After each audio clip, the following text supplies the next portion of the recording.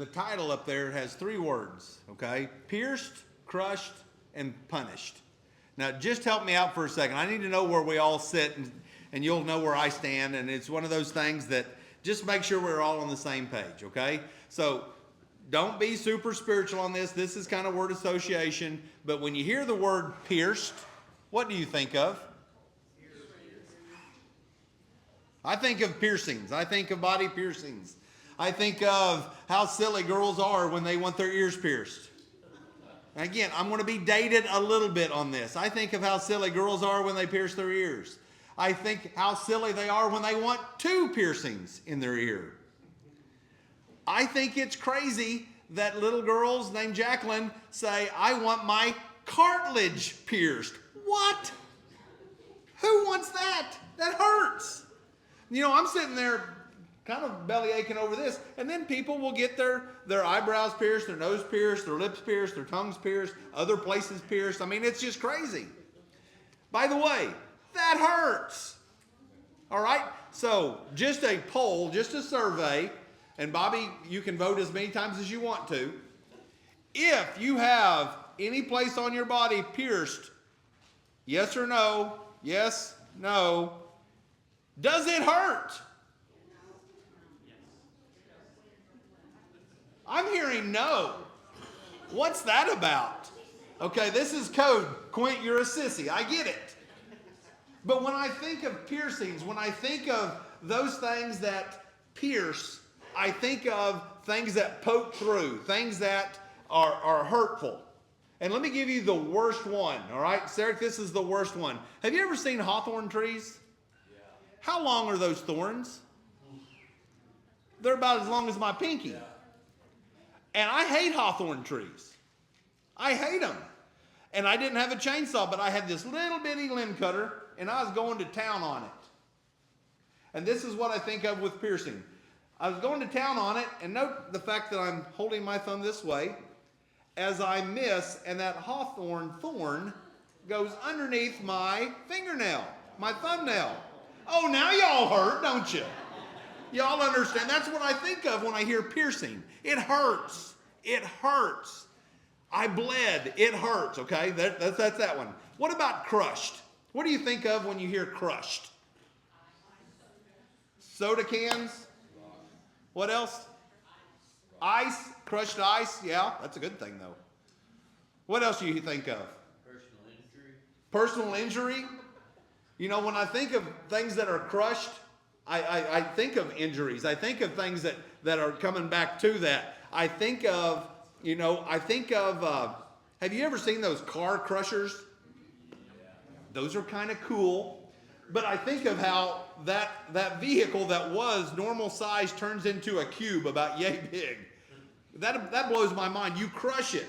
You know, when you crush cans, I get that. Let me give you one that kind of makes sense. Coach, this is one of those that makes sense. When you absolutely destroy somebody. Have you ever watched OU softball? They beat somebody 34-2. You're not supposed to score 34 runs in a week in good college softball. They scored it in 5 innings. That's not even a regular game. And they scored 20 sometimes. Tim, they scored 20 some in about 3 or 4 other games. They're crushing people. They're crushing people. You watch a basketball team, and they just absolutely crush the opponent. And just think of the misery and the shame and the embarrassment when you're crushed, the hurt, the pain that you go back to. I had worked all that time, and I got crushed. My mama, sent me to lessons. My daddy practiced with me, or whatever it is, and they got crushed. Cans, cars, just in games. Here's the next one, and I need to know where you guys are. What about the word punished? What do you think of with punished? Parents? Oh, okay, now here's the deal. Morgan says punished means parents. Ken says deserved. I don't know. Somebody said switches. Who said switches? James, we were just talking about switches, weren't we? You know, James had a little moment of confession. I think we kind of turned Catholic for about 30 minutes. He says, you know, of every punishment I took, I only earned about half of them. Me too, James, me too. But truly, I hated switches, green switches especially. The ones that would wrap around your leg. Oh, I hated those. I hated belts. I'm going to tell you a secret because God rest her soul, she's no longer with us. My grandmother even had a board. I was that kid. Your grandmother should not have a board for you, Quint. But I think of punishment. I think of those things. When you break the rules, there are consequences. You pay the price. There is a cost. If you're going to do something you're not supposed to do, or you don't do something you're supposed to do, there is a cost. Pierced, crushed, punished. You know, if you guys will, kind of think about what we've been talking about over the last several weeks. We've been talking about prophecies, how to identify the Messiah, how to identify who Jesus is, and how we would know Jesus is the Messiah. You know, how to recognize him, how to be prepared for him, how that he gives us hope that when he comes, all will be set right. You know, 2 weeks ago, we talked about how Jesus, the Messiah, knew the plan. He knew what was coming, and he anticipated it, even to the point of, if there's any other way, I'm open. But if this is the way, let's do it. And he went, and you can know Jesus is the Messiah because he knew the plan and he followed it. You know, then last week we talked about how Jesus was hated without reason. How Jesus, what did he do to deserve any of it? Nothing. He was hated without reason. And one of the ways that you can identify the Messiah is he would be hated without reason. Today, we're going to look at how Jesus was pierced, crushed, and punished. Now, there's a very famous verse that kind of trails us in there, but I think there's a pretty good outline within that. So if you guys would, turn over to Isaiah chapter 53. Isaiah chapter 53, and head on over to verse 4. Isaiah 53, verse 4 and 5, those two verses. Verse 4, surely he took up our infirmities and carried our sorrows. Yet we are considered stricken by God, smitten by him and afflicted. But he was pierced for our transgressions, he was crushed for our iniquities, and the punishment that brought us peace was upon him. And by his wounds we are healed. There's a very, very simple outline. Number one, he had the power to heal. Number two, he was pierced, crushed, and punished. And we'll go into that a little bit more detail. And number three, it was an unbelievable exchange. Now, go right there into that first section, okay? Verse 4. Verse 4, the power to heal. In verse 4, that first phrase, he was despised, surely he took up our infirmities and carried our sorrows. Surely he took up our infirmities and carried our sorrows. Guys, to recognize what infirmities are, those are weaknesses, those are hurts, those are tragedies, those are things that just tear up our life. Our sorrows are how we react at the pain that comes with that. You can keep your finger right there in chapter 53. Now I want you to go over to the New Testament. Go to Matthew chapter 8. Matthew chapter 8, verse 16 and 17. Matthew 8, 16 and 17. When evening came, many who were demon-possessed were brought to him, and he drove out the spirits with a word and healed all the sick. This was to fulfill what was spoken through the prophet Isaiah. You'll recognize it. He took up our infirmities and carried our diseases. Guys, that's pretty amazing. How would you like to be that guy? How would you like to be that guy that wherever you went, people would seek you out and they would bring demon-possessed people? Can you help them? This person is sick. Can you help them? This person is lost. Can you help them? And just all the stuff that was brought. He was brought the crazies. He was brought the diseased. He was brought the hurting. He was brought the pain, the ones that were in pain, the ones that were failures, the ones that were that had weaknesses in their life. He was brought all those people.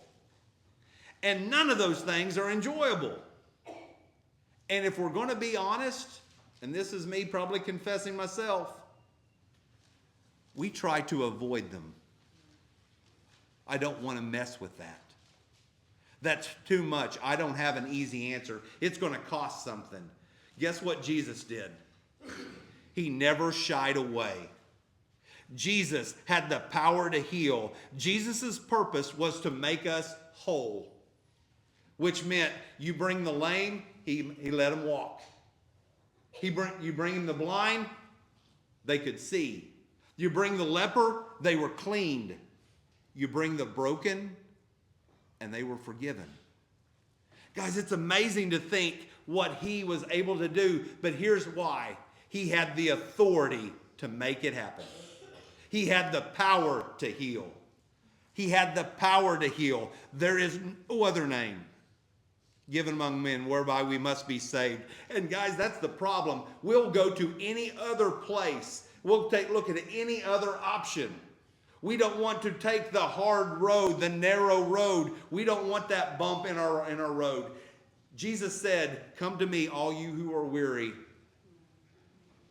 and you will find rest." Here I am. I'm not hiding. Come. He came to earth to seek and save the lost. He came for a very specific reason. And here's the beauty of it. The power to heal, in Matthew chapter 8, verse 16, they were bringing the demon-possessed to him, and he drove out the spirit with a word. Go. Get. Leave. Whatever that word was, Jesus had the authority to speak. Evil spirit, evil demon possession, go. Get.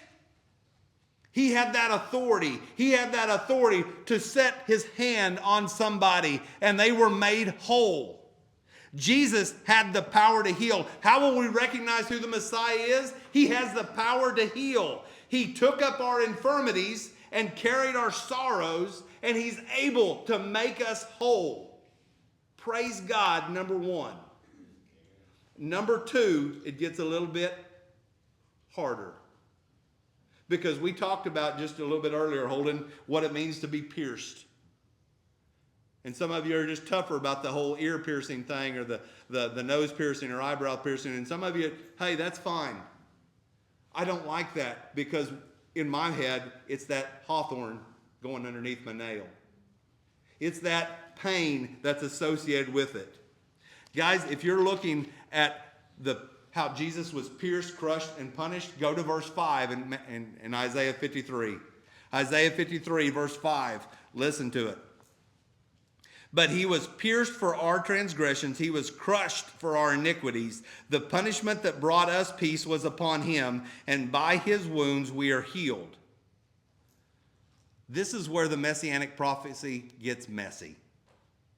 I like clean.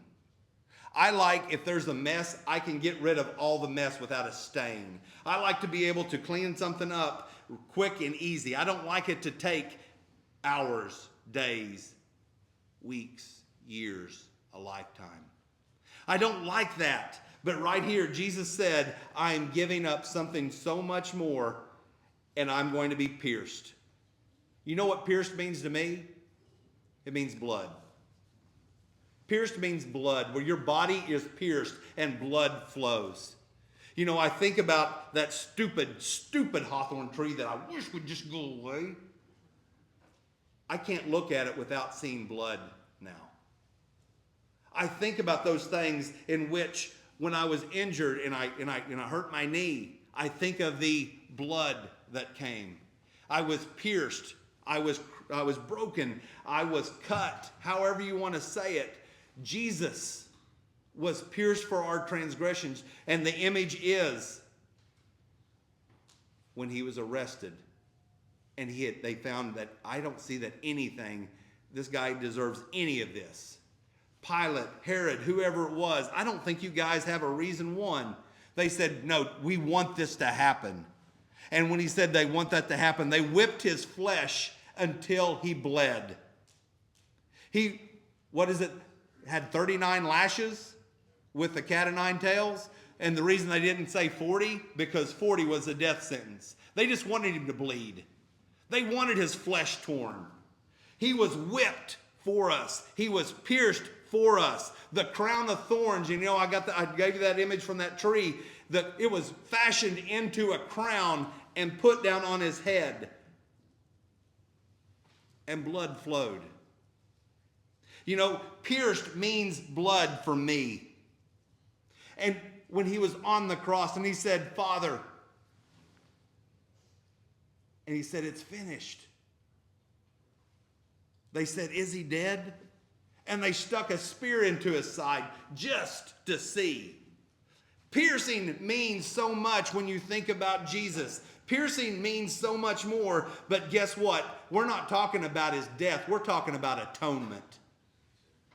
We're talking about atonement. You go back into Leviticus, and if you guys want to do a little homework, go to Leviticus 16, and it talks about what atonement means, what the Day of Atonement means, what it means for the high priest to go into the Holy of Holies with 2 goats and sacrifice one and let the other scapegoat carry the weight into the desert. Go into Leviticus chapter 23 when it says, you must do this. And historically in the Old Testament, that was the Day of Atonement. That was the most holy day, the day in which there was a blood sacrifice for the sins of the people. The piercing was not about so much the cross as much as the atonement that Jesus offered for us. The sacrifice was offered. Blood was spilled. Jesus was pierced for our transgressions. The second part, he was crushed for our iniquities, which means his body, Jesus, was captured. His body was in chains. His body was absolutely restricted. He was beaten. He was pushed. He was pulled. He was beaten some more. And he had to carry this beam uphill to Calvary. He was crushed. He was absolutely fatigued and crushed. And this was for a reason. He was crushed for our transgressions, or for our iniquities. His life had to be destroyed. And think of that can, or think of that car, or think of that opponent. It has to be absolutely crushed, and no life was left in him. He gave it all up. He was pierced. He was crushed. And here's the big one. He was punished. A trial was had. A trial was had. And there was guilt. It just wasn't his. Jesus was innocent, but the punishment was deserved because of me. Guys, that's the hardest thing. And when I think of punishment, he didn't get a suspended sentence. He didn't get a probationary sentence. He didn't get life in prison. He got execution on the cross. And if you think about what an execution is, you know how you watch an old Western or you read different books? Everyone comes to town for a hanging. You think there was a crowd for that execution? Guys, that's one of the things that as a kid, back in the day, when Brenda was giving me spankings in the 2nd grade, let's go to the hallway. Let's go to the hallway. Let's go to the hallway. They knock on the teacher next door. Would you witness this? I was almost more ashamed of somebody coming to witness it than I was the actual SWAT. I don't want people to see me punished. I don't want to see that obvious declaration of you're guilty. I don't want to see that. But how public was Jesus' execution?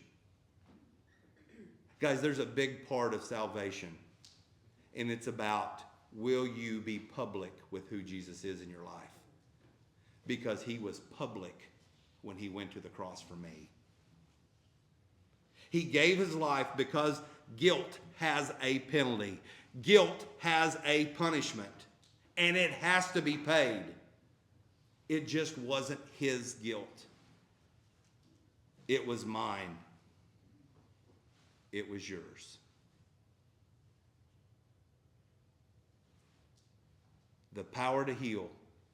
Praise God, there's Jesus. Pierced, crushed, punished. Oh me, there's Jesus. The third one, an unbelievable exchange. Guys, look in back in chapter 53, Isaiah 53, verse 5, that backside of that verse. The punishment that brought us peace was upon him, and by his wounds we are healed. And by his wounds we are healed. Have you ever had a child come up to you or somebody come up to you and say, hey, all I have is a $20 bill. Do you have any ones? I got 10 ones. And I used to think this was me being, I've got 10 ones, Papa. Well, all I have is a 20. Will that work? That's a deal. I'll take a $20 bill for 10 ones. There's different things. Hey, if you'll just take care of this right here, and then the reward is so much more than you can ever hope for. Hey, I'll give you this because in this moment, this is a great deal for you. Guys, Jesus' exchange of his death for my salvation is unbelievable. Go to Romans chapter 4. Go to Romans chapter 4, verse 25. Romans 4:25. He was delivered over to death for our sins and was raised to life for our justification. Justification is such a church word. Let me explain what it means. It is the legal, once for all act of God declaring a sinner righteous and not guilty. Legal, once for all, once for eternity, act of God declaring a sinner is righteous and not guilty. By the way, it is based solely on the merit of Jesus' sacrifice and not my works. Guys, we can't earn that. I can only get in the way. It is Jesus and Jesus alone. There is no other name under heaven given among men whereby we must be saved. The name is Jesus, our Messiah. That exchange is unbelievable. His life, his death, his sacrifice justifies me being able to walk into the presence of God, saying, I'm yours. There's another way to say it. Go to chapter 2, or 2 Corinthians chapter 5. 2 Corinthians chapter 5, verse 21. God made him who had no sin to be sin for us, so that in him we might become the righteousness of God. The one who didn't have any sin became sin.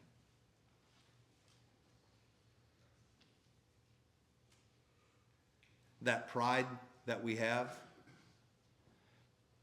maybe it's that failure of character that we have.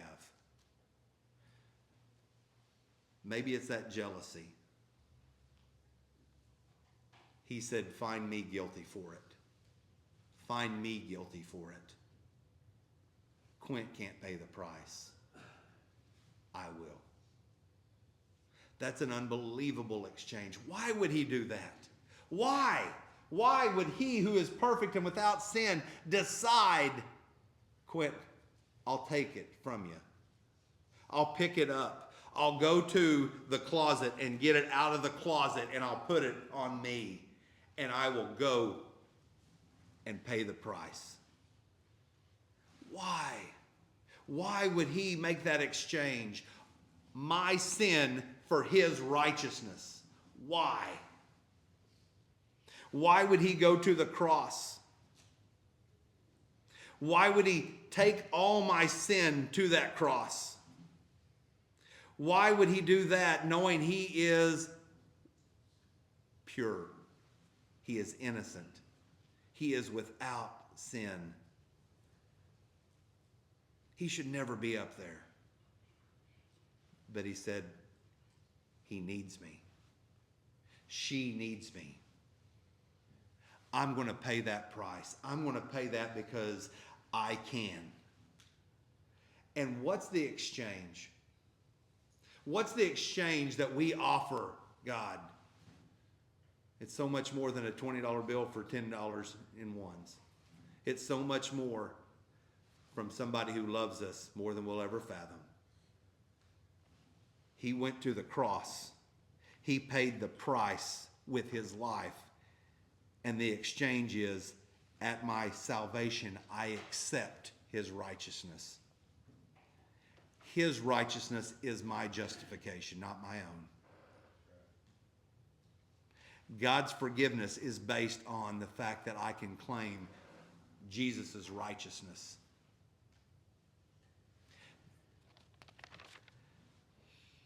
Too many times we get stuck, we get high-centered, we get off in the wrong direction, we go sideways because we think it's about us. The exchange is Jesus did it all, paid it all.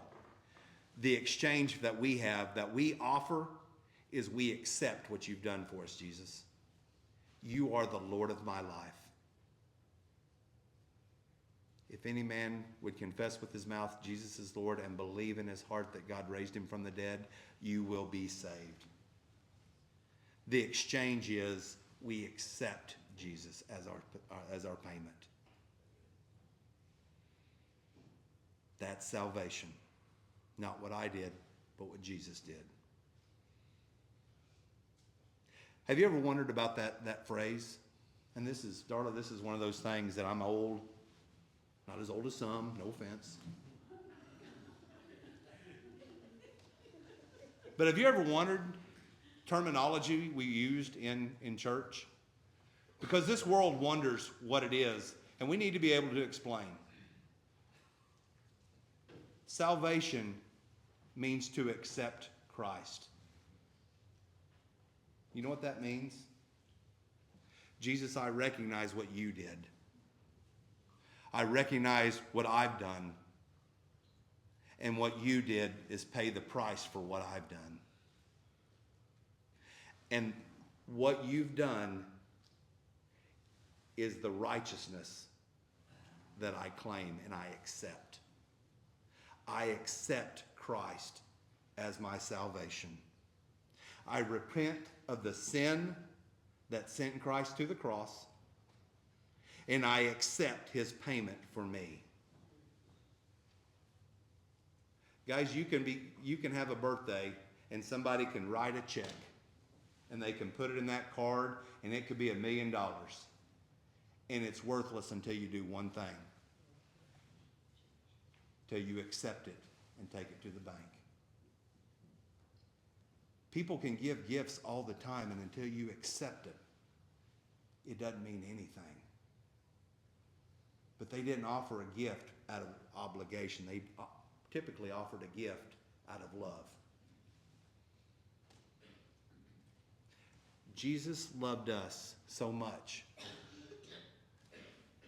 that he demonstrates his love for us, and that while we're still sinners, he died for us. Let that sink in. That's an unbelievable exchange.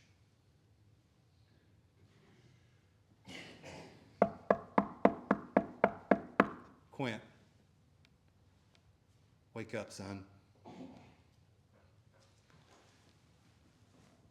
All have sinned, and you're part of the all.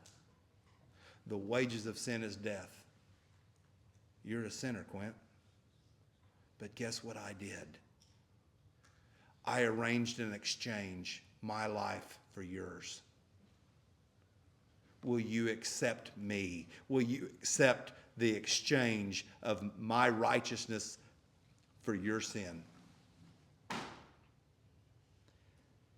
And when we say yes, my God is so faithful to become the Lord of my life. Have you accepted? Have you made the exchange with Jesus? Have you said, Jesus is my righteousness. I offer nothing except I claim Jesus as my own? Have you accepted Christ as your salvation? How do we know who the Messiah is? Power to heal. Pierced, crushed, and punished. But here's the one I celebrate. I know he's the Messiah because he made an unbelievable exchange for me, for you. We need to accept, and we need to tell other people the good news. Let's pray.